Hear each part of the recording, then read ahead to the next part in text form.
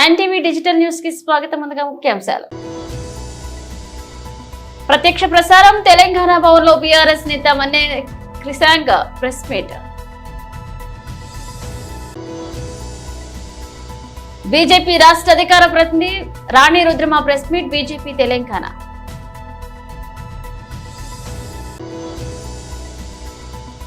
పెన్షన్లో 1వ తారీఖు ఇంటి వద్దకునే పంపిణీ చేయాలి. మాజీ మంత్రి దేవినేని.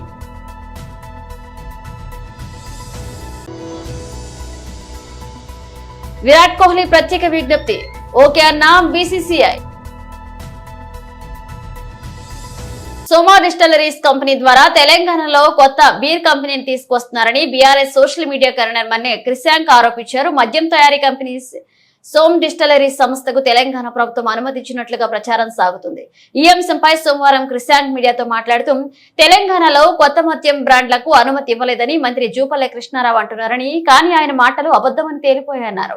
తెలంగాణ ప్రభుత్వం అనుమతించిన సోమ్ డిస్టిలరీస్ లో కాంగ్రెస్ నేత దిగ్విజయ్ సింగ్ అవినీతికి పాల్పడ్డారని, ఇందుకు సంబంధించి గతంలో కేసు నడిచిందన్నారు. మధ్యప్రదేశ్ లో ఈ సంస్థను సీజ్ చేశారన్నారు. ఆ కంపెనీ మీద అనేక సార్లు రైడ్స్ జరిగినట్లుగా తెలిపారు. 2013-14లో 25 లక్షలు, 2019లో 1.31 లక్షల సోమ్ డిస్టిలరీస్ కాంగ్రెస్ పార్టీకి విరాళాలు ఇచ్చిందన్నారు. కేసీఆర్ హయాంలో తెలంగాణలో అక్రమ మద్యానికి అడ్డుకట్ట వేస్తే కాంగ్రెస్ అధికారంలోకి రాగానే అక్రమ మద్యానికి తలుపులు తెరచిందని ధ్వజమెత్తారు. ఈ ఆర్టికల్ చూస్తే ఒక అనుమానం వస్తున్నది. दैनिक भास्कर లో सोम डिस्टिलरीज के खुले में बने 20 स्पिरिट और रिसीवर टैंक सील 2015 में कार्रवाई कर सिर्फ 1 लाख का जुर्माना किया था ने अपड़िची मुरैना में जहरीली शराब से हुई 24 लोगों के बाद मौत के बाद अफसरों ने सोम डिस्टिलरीज के 20 स्पिरिट और रिसीवर टैंक सील कर दिया है.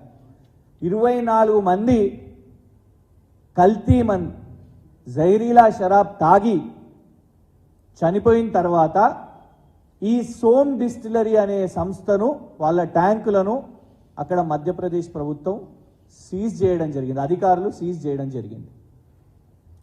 అలాంటి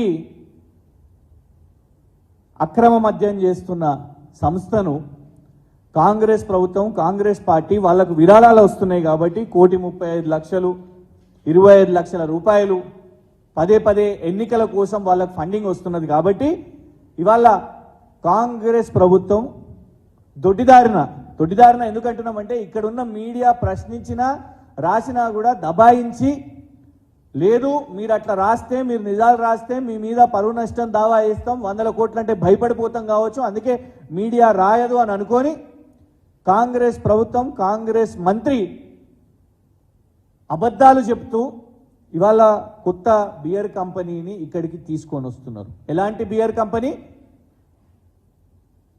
మధ్యప్రదేశ్ రాష్ట్రం నుంచి మొదలై, కాంగ్రెస్ ప్రభుత్వం నుంచి మొదలై అక్కడ కల్తీ మద్యం, దేశీదారు అని అంటారు, కంట్రీ లిక్కర్. ఎవ్వరు గూగుల్లో కొట్టినా సోమ్ డిస్టిలరీ కంట్రీ లిక్కర్ అని కొడితే మొత్తం కూడా డీటెయిల్స్ వస్తాయి. ఇవన్నీ కూడా ఇవ్వండి. ఈ ఫండ్స్ అనేటివి మేము ఎలక్షన్ కమిషన్ ఆఫ్ ఇండియా ద్వారా తీసుకోవడం జరిగింది. ఎలక్షన్ కమిషన్ ఆఫ్ ఇండియా వెబ్సైట్లో వెళ్తే ప్రతి సంవత్సరం ఈ మందు అమ్మే, ఈ బియర్ అమ్మే కంపెనీ ఎన్ని రూపాయలు కాంగ్రెస్ పార్టీకి ఇచ్చింది అని స్పష్టంగా మీకు కనబడుతుంది. ఇది కాంగ్రెస్ పార్టీకి చాలా దగ్గరగా ఉన్న పత్రిక వైర్ అనే సంస్థ. వైర్ అనే సంస్థ వాళ్ళు కూడా రాసిన హెడ్డింగ్ చూడండి మీరు. CCI raids associate alcohols Som distilleries. Som distillery మీద రేడ్ జరిగింది. ఎందుకు అంటే the investigation is looking at price fixing of so called country liquor or low price locally made alcohol. Country liquor అంటే ఏంది? అది మళ్ళా తెలంగాణ రాష్ట్రంలో ఇవాళ కాంగ్రెస్ ప్రభుత్వం తీసుకురావాలనే ప్రయత్నం చేస్తున్నది. మళ్ళా గుడుంబాలు, ఇట్లాంటి బియర్ కంపెనీలు, వీటిని మొదలుపెట్టే కుట్రలో భాగంగా ఇవాళ కాంగ్రెస్ ప్రభుత్వం ఇందుకే ఇవాళ ఎందుకు మీకు ముడుపులు వస్తున్నాయి, బ్రూ ట్యాక్స్ అంటే ఏంటిది అని చాలా మంది అనుకుంటున్నారు కదా. ఇగోండి ఇవే బ్రూ ట్యాక్స్. వాళ్ళు పైసలు సంపాదించడానికి ఆత్రంలా 4-5 నెలలే అయ్యి ప్రభుత్వము ఇలాంటి పాలసీలు తీసుకొని వచ్చి మధ్యప్రదేశ్లో కల్తీ మద్యం చేస్తున్న కంపెనీలు ఎవరు చేపట్టయితే అక్కడ సావులు కూడా అయినాయో, వాళ్ళ మీద రేడ్స్ అయినాయో, అరెస్ట్లు అయినాయో, కేసులు ఉన్నాయో, అట్లాంటి వాళ్ళను దిగ్విజయ్ సింగ్ గారు ఇక్కడ ఉన్న ఇన్ఛార్జు, వారికి సంబంధాలు ఉన్న కంపెనీ, కాంగ్రెస్ పార్టీకి సంబంధం ఉన్న కంపెనీ నిధులు ఇస్తున్నది కాబట్టి అట్లాంటి కంపెనీని ఇవాళ తెలంగాణ ప్రభుత్వం ఇక్కడ తీసుకొని వస్తున్నది. దీని మీద మళ్ళా కేసేస్తారా, 100 కాదు 1000 కోట్లు వేస్తారా, జూపల్లి కృష్ణారావు గారు సమాధానం చెప్పాల్సిన అవసరం ఉన్నది. మాకు ఆశ్చర్యం ఏంటంటే మంత్రే ప్రెస్ మీట్ పెట్టి అసలు ఏ కంపెనీ వస్తలేదు, అసలు ఎవరు దరఖాస్తే చేయలేదు అని మంత్రే చెప్పిండు అంటే మరి మంత్రికి కనీసం సమాచారం ఉన్నదా, లేకుంటే ముఖ్యమంత్రి డీలింగ్ చేసిండా డైరెక్ట్ ఇందులో? జూపల్లి కృష్ణారావు గారికి తెలియకుండా రేవంత్ రెడ్డి ఇందులో డైరెక్ట్ డీలింగ్ చేసిండా?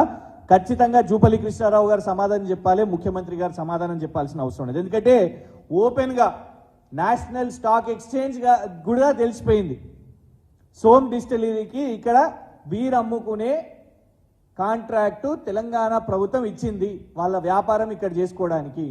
మరి మంత్రికే తెలియకుండా అవుతుందా ఇది? దీని మీద కాంగ్రెస్ ప్రభుత్వం వాళ్ళు సమాధానం చెప్పాలి. దీని మీద ఖచ్చితంగా కూడా ఊరుకునేది లేదు. ఎందుకంటే తెలంగాణ రాష్ట్రం ఏర్పడ్డ తర్వాత కేసీఆర్ గారు ఇక్కడ ఇలాంటి బోగస్ బీర్ కంపెనీలను, ఇలాంటి అక్రమ మద్యం అమ్ముకునేటోళ్లను ఆ దందాలు కానివ్వలేదు. దీంతోని కేవలం ఇక్కడ ప్రభుత్వ ఆదాయమే కాదు, ప్రజల ప్రాణానికి కూడా హాని ఉన్నది.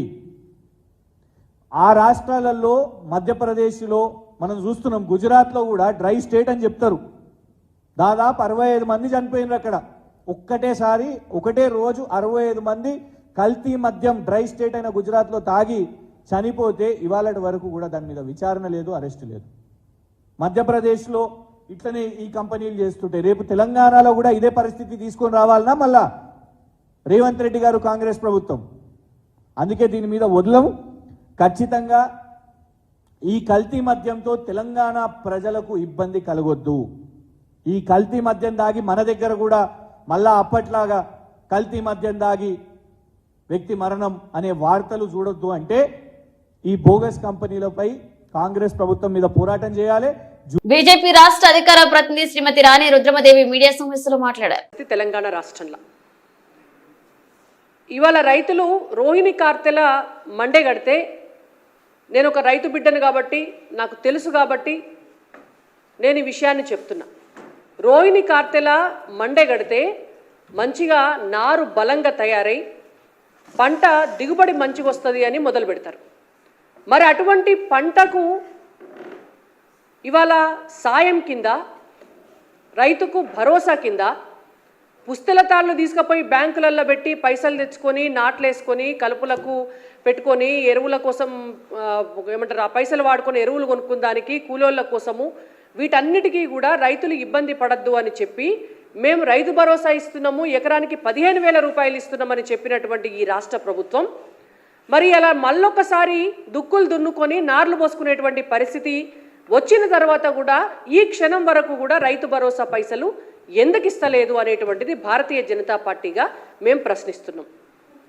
మళ్ళా రైతులు పుస్తెలతాళ్ళు తీసుకుపోయి బ్యాంకులలో పెట్టుకోనో, లేకపోతే అర్తి నడిపేటోళ్ళకి ఇచ్చుకోనో, లేకపోతే అవసరంల కాడికి తీసుకుపోయి అడ్డికి పావు సేరుకు అమ్ముకోనో, మళ్ళీ వాళ్ళ రైతులు వ్యవసాయం చేసుకునేటటువంటి దుర్భరమైనటువంటి పరిస్థితి, దుర్భరమైనటువంటి కాలం.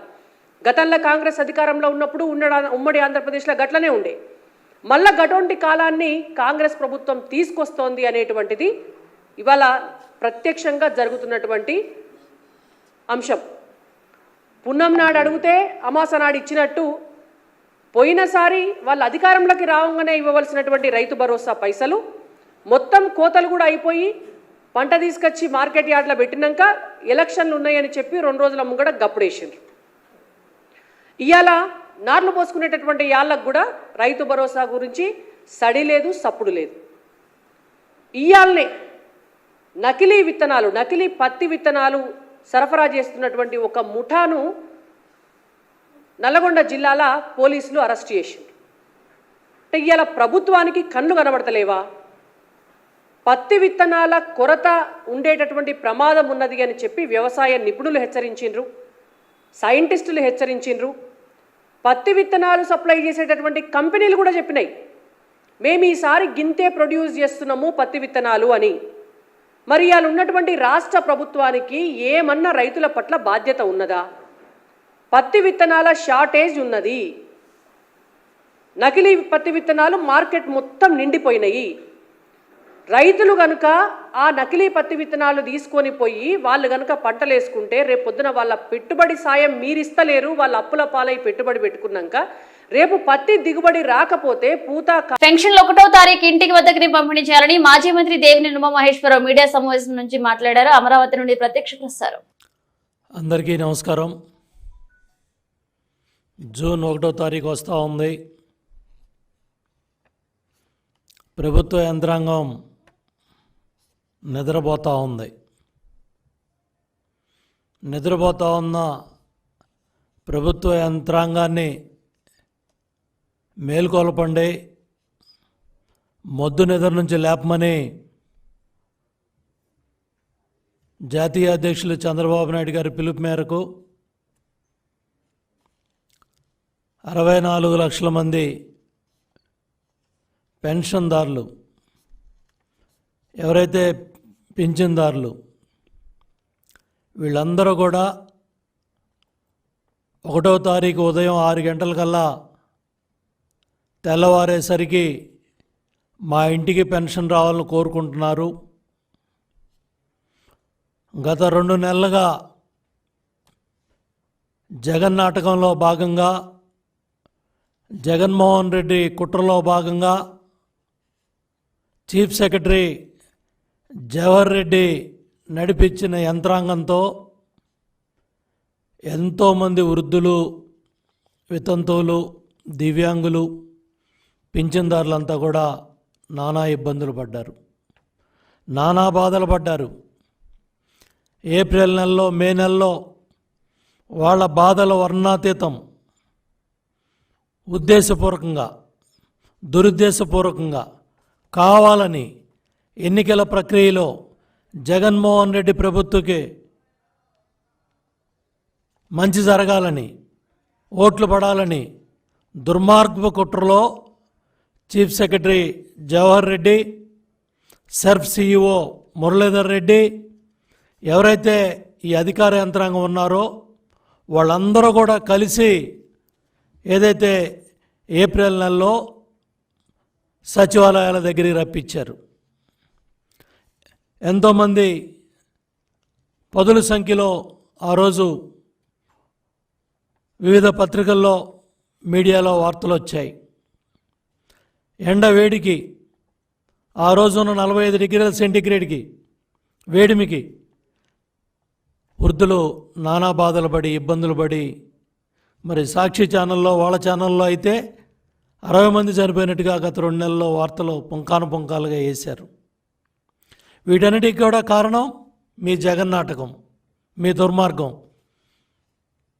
మీ పైచాచికత్వం.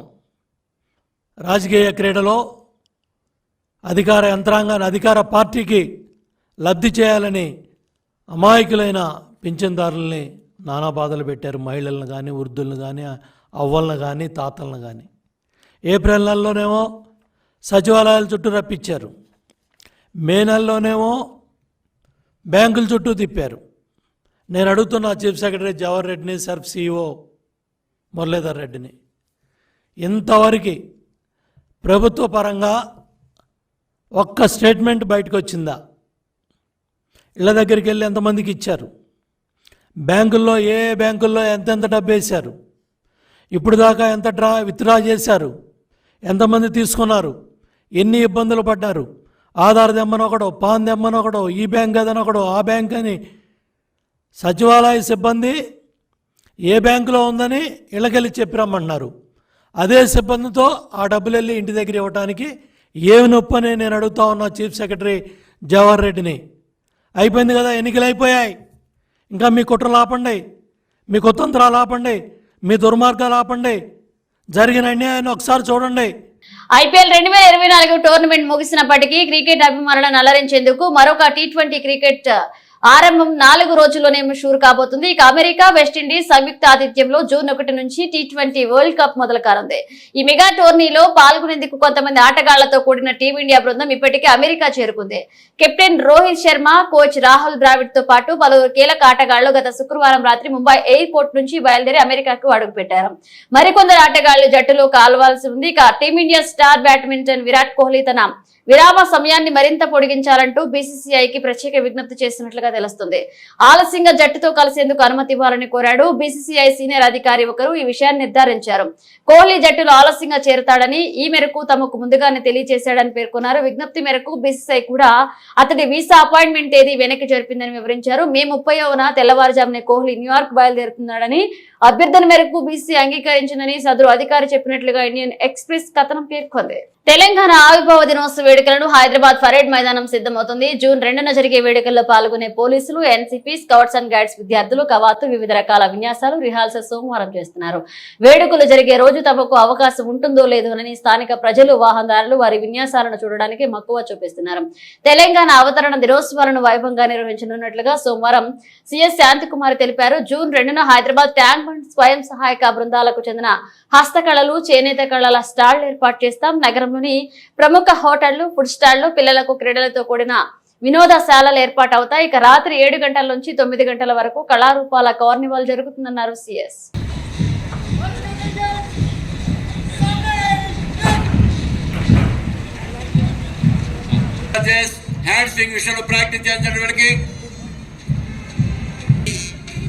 గ్యాప్ వచ్చింది, ఫ్యాల్కి కవర్ చేయండి.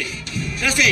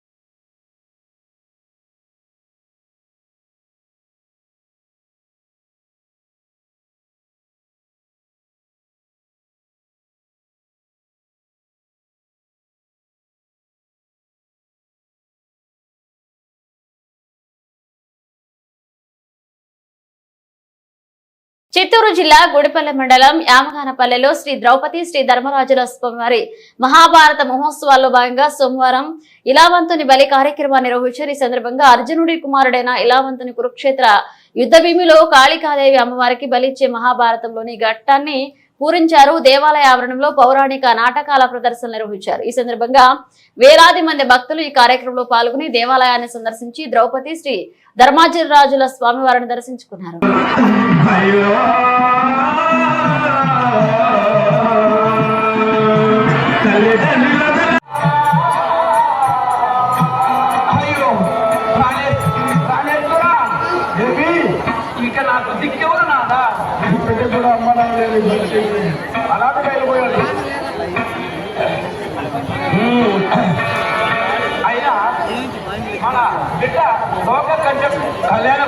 చేస్తారంటున్నావు. అవును అంతేనంటావా? నానేశ్వరా పుట్టింది పురిటిలోన పోయేది మట్టిలోన, పుట్టింది పురిటిలోన పోయేది మట్టిలోన, నీళ్ళు స్థిరము కాదయ్యా ఓ విలావంత, నీళ్ళు స్థిరము కాదయ్యా.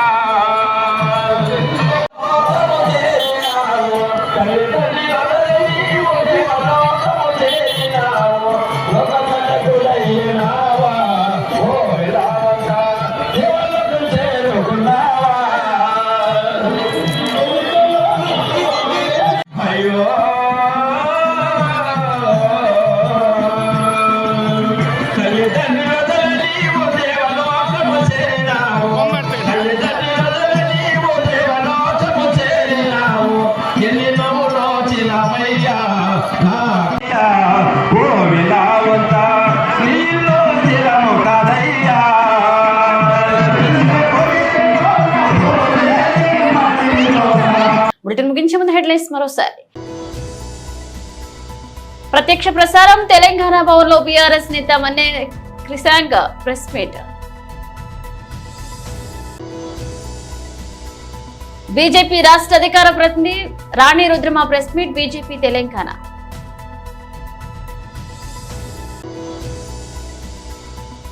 పెన్షన్లు 1వ తారీఖు ఇంటి వద్దకునే పంపిణీ చేయాలి. మాజీ మంత్రి దేవినేని.